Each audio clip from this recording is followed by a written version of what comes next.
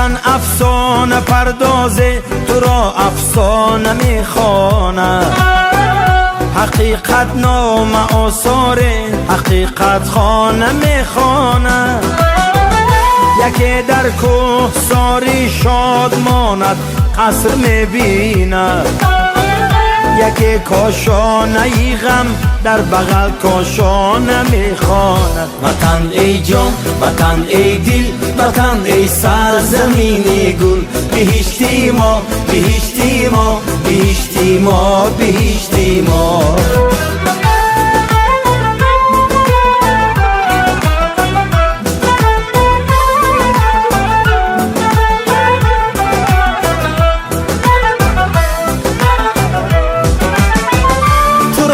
سر نوشتی خش می بالند و می نالند. یکی را در غریبی یک کفی خاکی تو جان داروست. یکی در دامنت همگامه‌ای بیگانه می خواند. وطن ای جان، وطن ای دل، وطن ای سرزمین گل. بهشتی ما، بهشتی ما، بهشتی ما، بهشتی ما.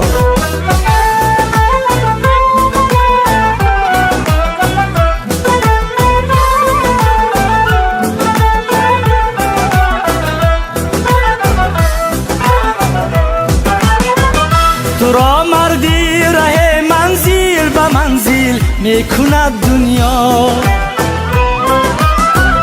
هوس پیمانه یک گردشی پیمانه میخواند.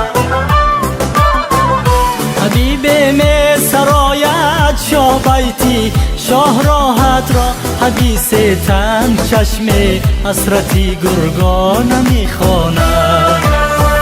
وطن ای جان، وطن ای دل، وطن ای سرزمین گل. بهشتی ما، بهشتی ما، بهشتی ما، بهشتی ما.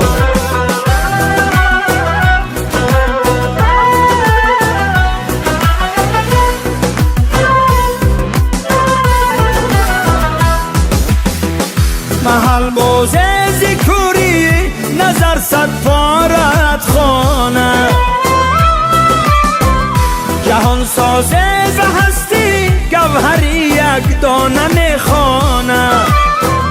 تو اما با همه یک مادر هستی، یک وطن هستی که هرچی آید از فرزندها شکرانه میخوانه.